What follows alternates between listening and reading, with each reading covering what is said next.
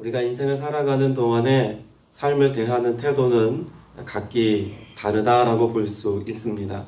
단지 삶을 대하는 태도가 다르다는 것이 각기 모양대로 산다는 의미라기보다는 똑같은 상황, 똑같은 형편, 똑같은 조건이 주어져도 그것을 이해하고 수용하고 해석하는 능력에 따라서 전혀 다른 삶의 모습으로 살아간다라고 말할 수 있다는 것입니다.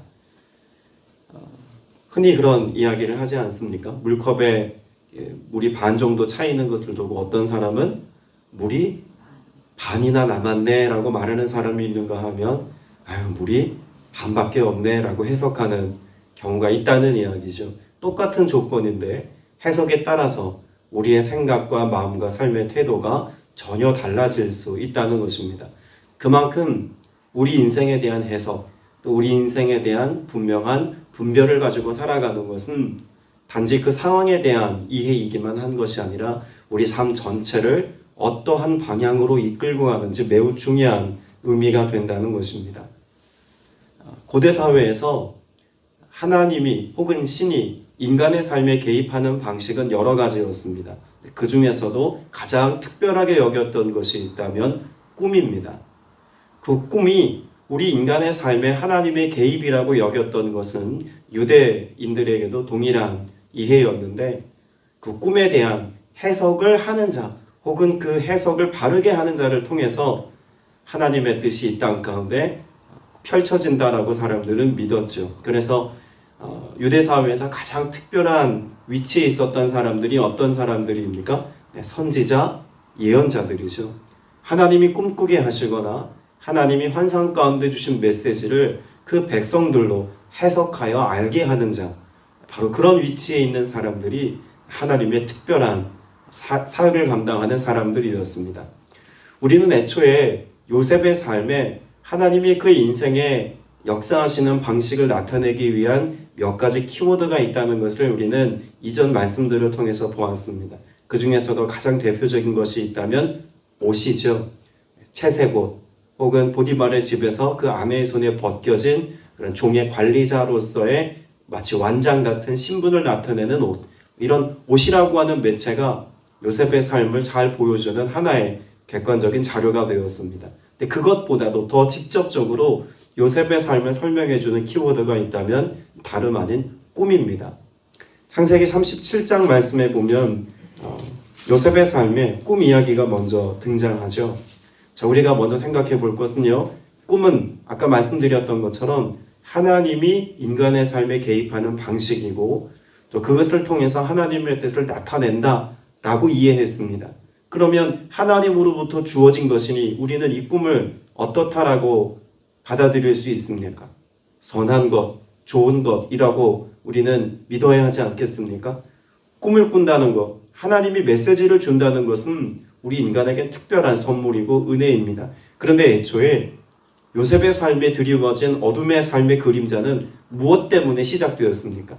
하나님으로부터 주어진 그 선한 꿈이 그의 삶에 주어짐을 통해서 형들에게 미움을 받아서 이것 때문에 애굽의 종으로 팔려가는 이유가 되기도 했습니다. 자, 그러면 하나님이 우리에게 주신 것은 선한 것인데 그 선한 것 때문에 우리의 삶에 억울한 일을 당하고 힘겨운 일을 당할 수 있다는 것을 성경은 우리에게 분명히 말씀해주고 있지 않습니까? 이 억울한 상황은 우리의 짧은 시견으로 볼 때 억울한 일입니다. 하나님은 지금 어떤 계획과 비전을 갖고 계실까요? 우리 채색옷 이야기할 때도 마찬가지였습니다만 형들을 관리하던 자리에서 보디발의 집을 관리하는 관리자로 나중에는 애굽의 여러 관료들을 관리하는 관리자로 세워지는 하나님의 드라마가 전개되고 있는 것이시죠. 자, 꿈 이야기도 마찬가지입니다. 꿈도 그의 삶에 형들로부터 미움을 받게 하는 이유가 된 것처럼 보이고 또 오늘 관원장들의 꿈을 해석해주는 과정 가운데도 그가 배신을 당하는 어떤 상황에 놓여지는 이유인 것처럼 보이지만 종국에는 바로의 꿈을 해석해줌을 통해서 총리가 되게 하기까지 하나님이 그의 인생에 역사하시는 아주 중요한 이유가 된다는 것입니다. 그러면 어디 가야 알 수 있습니까? 17세의 청소년이었던 요셉이 꿈을 꾸고 그것을 하나님의 꿈으로 받았을 때는 그것이 선하다라고 여기지 못할 만한 상황일 수 있다는 이야기입니다. 그러나 그것이 오랜 세월이 지나서 그가 30살 즈음에는 그 꿈을 통해서 하나님이 어떻게 신실하게 일하시고 역사하셨는지를 시간이 지나고 나서야 깨닫게 되더라는 것입니다. 하나님으로부터 주어지는 모든 것이 당장에는 우리에게 선하다고 여기지 못할 만한 일들이 될 수 있습니다. 그런데 그것이 시간이 지나 오늘을 살아가는 동안 시간이 지나고 보니 이것이 하나님이 이렇게 선하게 역사하시기 위해서 역사하셨던 은혜의 방편이구나라는 것을 깨달을 수 있다는 거죠. 여러분 삶에도 오늘 보기에는 억울한 일일 수 있습니다. 오늘 느끼기에는 슬픔이라고 단정 지어버리고 싶은 일이 분명히 있습니다. 이런 상황은 회피하고 싶고 외면하고 싶은 어떤 일들이 내 생각과 마음을 어지럽힐 수 있습니다. 그런데 그와 같은 모든 일들이 하나님으로부터 주어진 하나님이 지금 개입하고 계신 상황 가운데서 펼쳐진 일이라고 내가 하나님을 신뢰할 수 있으면, 나와 오늘 함께 하시는 그 하나님에 대한 믿음의 고백이 있다면 우리는 오늘의 불편하고 힘들고 어렵고 슬픈 상황도 소망과 기쁨과 즐거움과 노래와 춤으로 바꿀 수 있다는 사실, 여러분 믿고 오늘을 살게 되시길 주님의 이름으로 축복합니다. 오늘 말씀에 보면 꿈을 해석하는 요셉의 말씀의 내용이 기록되어져 있지 않습니까? 잘 한번 생각해 보십시오. 꿈은 그가 17세에 하나님으로부터 처음 받았던 오래전 전적이 있습니다. 그런데 꿈을 꾸었지만 요셉이 그 꿈을 형들에게 이야기하고 부모에게 이야기했다는 것은 무엇을 증명해 주는 걸까요? 꿈에 대한 해석의 능력이 17세의 요셉에게는 있다 없다? 없었다는 겁니다. 꿈을 해석할 능력이 그에게는 아직 없었기 때문에 아버지로부터 책망받는 어떤 그런 상황을 놓고 볼 때 그는 꿈의 내용을 정확하게 모르고 그냥 나누었다라고 볼 수 있다는 거죠. 꿈꾸었다는 사실만으로 감격해서. 자, 그런데 오늘 말씀에 보면 요셉은 꿈에 대한 해석자가 되었다는 것을 알 수 있는 내용이 있죠. 8절 말씀 다시 같이 읽어봅니다. 그들이 그에게 이르되 우리가 꿈을 꾸었으니 이를 해석할 자가 없도다. 요셉이 그들에게 이르되 해석은 하나님께 있지 아니하니까 청하건대 내게 이르소서. 자, 꿈에 대한 해석자가 되었습니다. 우리가 지금 관원장들의 꿈을 해석한다는 것 이전에 한 가지 전제해서 생각해 본직한 것이 있습니다. 17세 요셉이 꿈을 꾸었습니다. 그 꿈에 대한 이해가 지금 요셉에게 생겼을까요? 안 생겼을까요? 저는 적어도 타인들의 꿈을 해석할 만한 능력이 생긴 오늘의 요셉이라면 그가 십수년 전 어렸을 때 꾸었던 그 꿈의 내용도 요셉은 충분히 이해할 만한 수준이 되었다고 봐야 옳다고 여깁니다. 요셉이 보디발의 집에 팔려왔을 때, 또 그가 지금 억울하게 감옥에 갇힌 지금의 시점에 여전히 그가 하나님과 함께하고 하나님의 은혜를 그가 구하는 믿음의 고백을 따라 오늘을 견딜 수 있고 오늘을 소망하며 살 수 있는 이유는 무엇 때문이었다고도 볼 수 있을까요? 자신에게 주신 하나님의 메시지로서의 꿈이 요셉의 마음 가운데 해석되었기에 그의 삶이 오늘 감옥에 있는 현실 속에서도 여전히 하나님의 하실 일들을 기대하는 삶을 살아가게 하는 동력이 되었다고 확신합니다. 오늘 저와 여러분에게도 이런 해석의 능력이 있게 되시길 축복합니다. 비단 요셉에게는 꿈이었다면 오늘 우리에게는 무엇을 통해서 하나님이 우리의 인생에 대하여 소망을 노래하게 하시고 기쁨의 춤을 추게 하실까요? 말씀입니다. 하나님이 말씀으로 오늘 우리에게 계시하시고 말씀을 통해서 우리의 인생을 정의 내려주시고 말씀을 통해서 우리의 인생에 대하여 내일을 소망하는 마음을 갖게 합니다. 그런데 그 하나님의 말씀을 우리가 깊이 묵상하고 그 말씀을 통해서 내게 들려주시는 하나님의 음성을 우리가 듣는 일에 성실하지 못하면 우리는 암담한 현실의 문제 앞에서 절망합니다. 슬픔의 상황 속에 함몰되어서 마치 더 이상 그 어떤 기쁨도 내게 없는 것처럼 눈물로 내 인생을 채우며 살아갈 수 있습니다. 그러나 하나님의 말씀을, 내게 주신 하나님의 레마의 말씀을 해석할 수 있고 적용할 수 있고 이것을 인생의 소망의 근거로 삼고 살아갈 수 있다면 상황이 주는 두려움이 아니라 말씀이 주는 능력으로 오늘 힘있게 오늘을 살아내어서 하나님이 행하신 일들을 보게 하실 줄로 믿습니다. 여러분, 요셉은 단지 꿈을 해석할 능력을 갖게 되었다라고만 말하고 있는 것은 분명 아니죠. 8절의 말씀을 보면 하나님께 꿈을 해석할 능력이 있다라고 하는 사실을 요셉은 그들에게 정의 내려줍니다.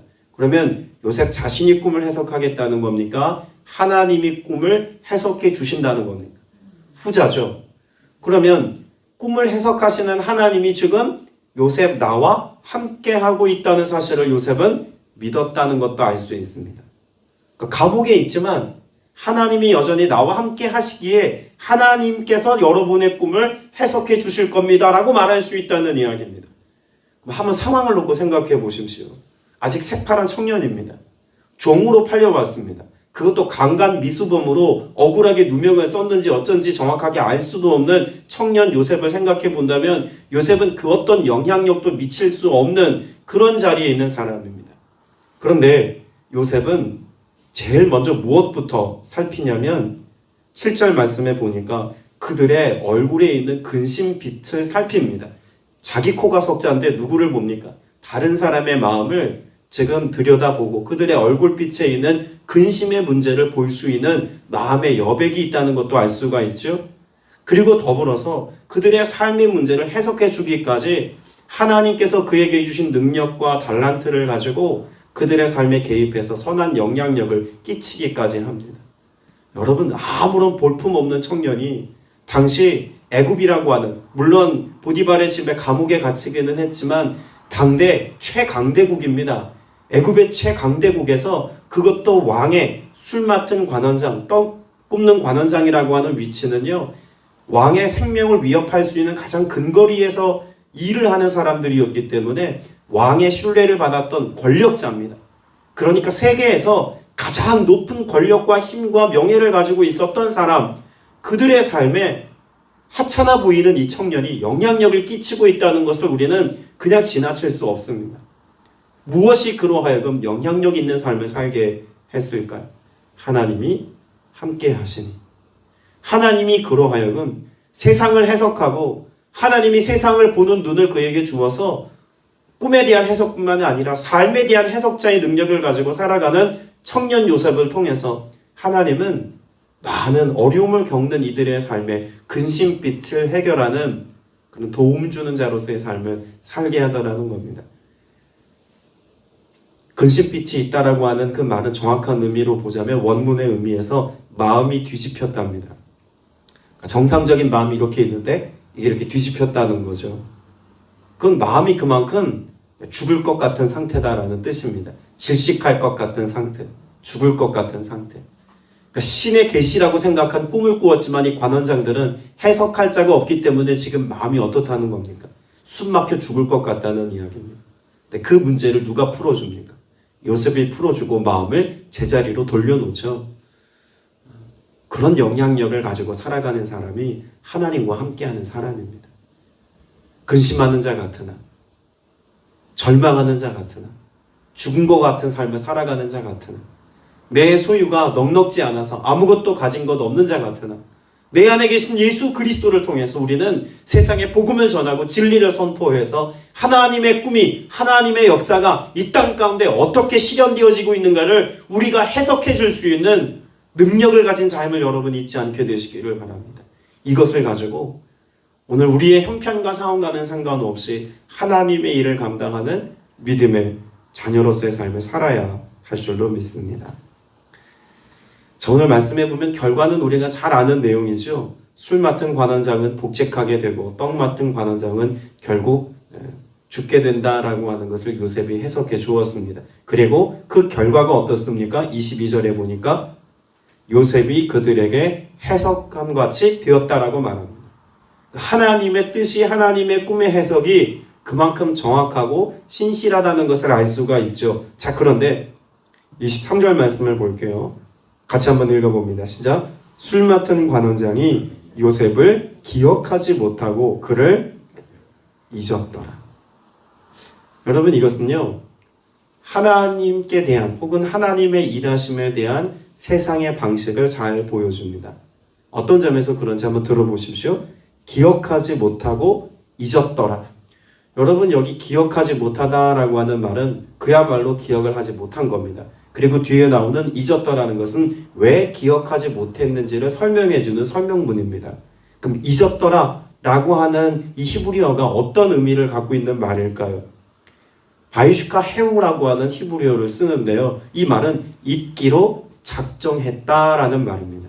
잊어버리기로 결정하고 작정했기 때문에 잊어버렸다는 거예요. 그럼 왜 이 술 맡은 관원장은 잊어버리기로 작정했을까요?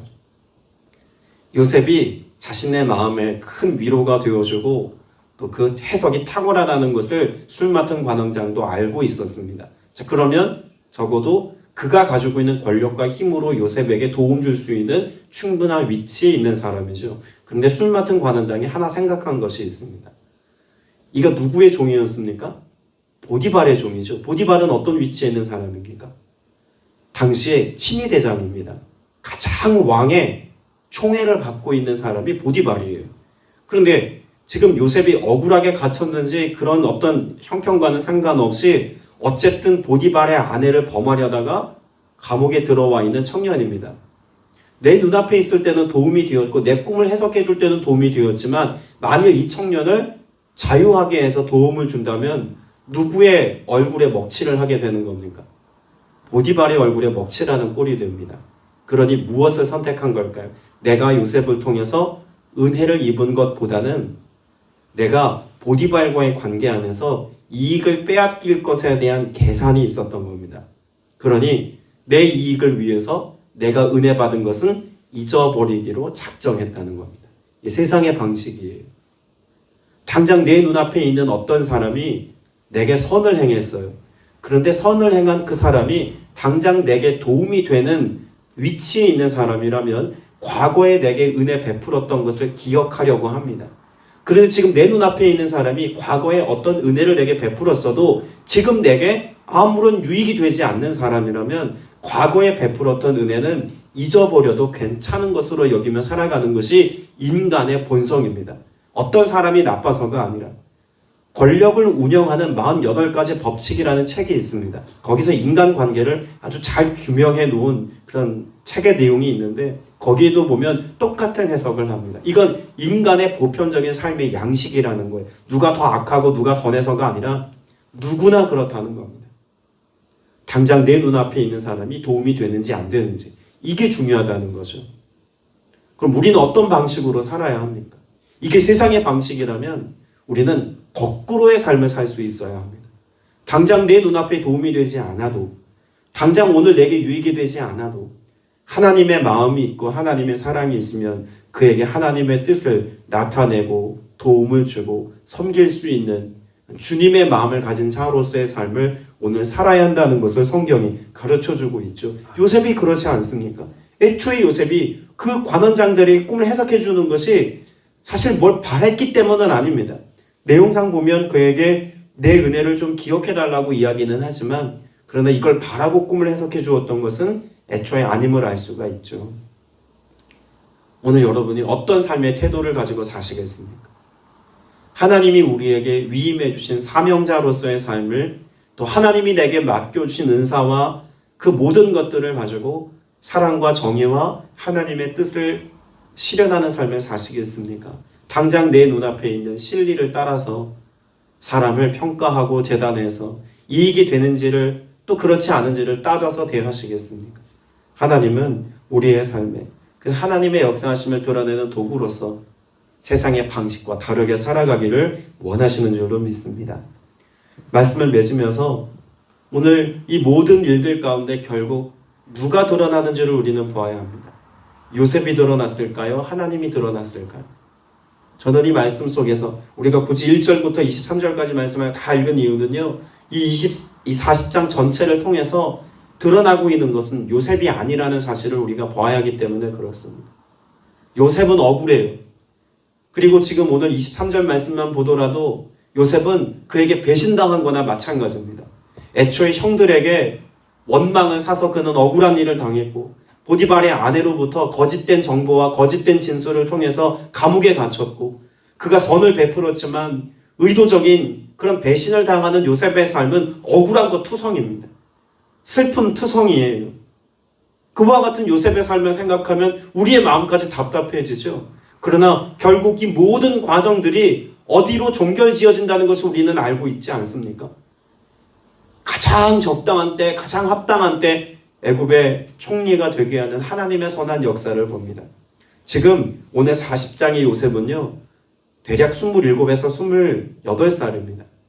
이때 만약에 요셉이 술 맡은 관원장에게 은혜를 입어서 감옥에서 나오면 그는 고향으로 돌아갔더라라는 것으로 끝날 수밖에 없습니다. 왜일까요? 애굽에는 법이 있습니다.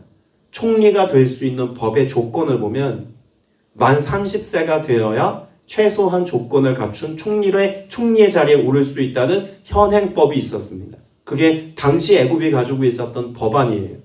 그러면 27에서 28살 된 요셉이 지금 풀려나서 그냥 고향으로 돌아갔더라.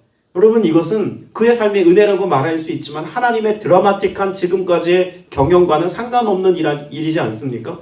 그런데 2년에서 3년을 그가 감옥에서 더 시간을 보내요. 술 맡은 관원장이 의도적으로 잊어버렸지만 하나님이 잊어버리게 만드신 이 역사도 있다고 우리가 봐야 합니다.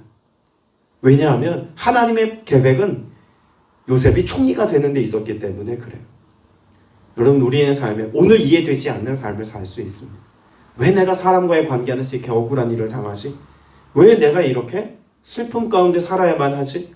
오늘 내 이 억울한 일들이 왜 풀려지지 않지? 여러분, 수많은 의구심을 가지고 오늘을 살 수 있지만 그 속에 하나님의 계획이 있다면 오늘 여러분의 인생을 반전하게 하시는 하나님의 역사는 신실함 속에서 오늘도 성취될 줄로 믿습니다. 이 은혜를 소망하며 함께 기도드리겠습니다. 은혜가 풍성하신 아버지 하나님, 오늘을 살아가는 나를, 또 오늘 살아가고 있는 내 삶의 주변과 정황을 우리는 다 납득하고 이해할 수 없다는 사실 하나님 앞에 인정합니다. 오늘 내 슬픔의 정체와 내 두려움의 이유와 오늘 내 마음 가운데 수많은 아쉬움과 억울함의 정체가 무엇인지 우리가 알기를 원합니다.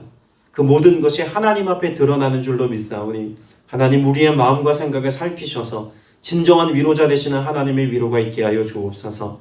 더불어 요셉이 가지고 있었던 탁월함, 그 삶을 해석할 수 있는 능력이 오늘 우리에게도 있기를 원합니다. 하나님 말씀을 읽을 때 분별하게 하시고 사람들과 만날 때 그 속에 일하시는 하나님의 선하신 뜻을 분별하게 하시고 오늘 내가 겪고 내가 느끼고 내가 생각하는 이 모든 것들이 하나님 안에서 해석되어지고 분별되어지는 은혜를 따라 오늘을 살게 하여 주시옵소서. 선한 능력으로 역사하실 주님을 소망하며 기대하기를 원합니다. 하나님이 꿈꾸게 하신 것을 해석했기에 어떤 상황에서도 요셉이 오늘을 잘 감당하며 소망 중에 살아갔던 것처럼 하나님이 내게 해주신 그 말씀들을 내가 이해하고 분별해서 어떤 상황에서도 오늘을 소망 중에 살아가게 하시고 기쁨의 주를 노래할 수 있는, 기쁨의 춤을 추며 감격할 수 있는 믿음의 성도들 다 되게 하여 주옵소서. 우리 주 예수 그리스도 이름으로 간절히 기도드렸사옵나이다. 아멘.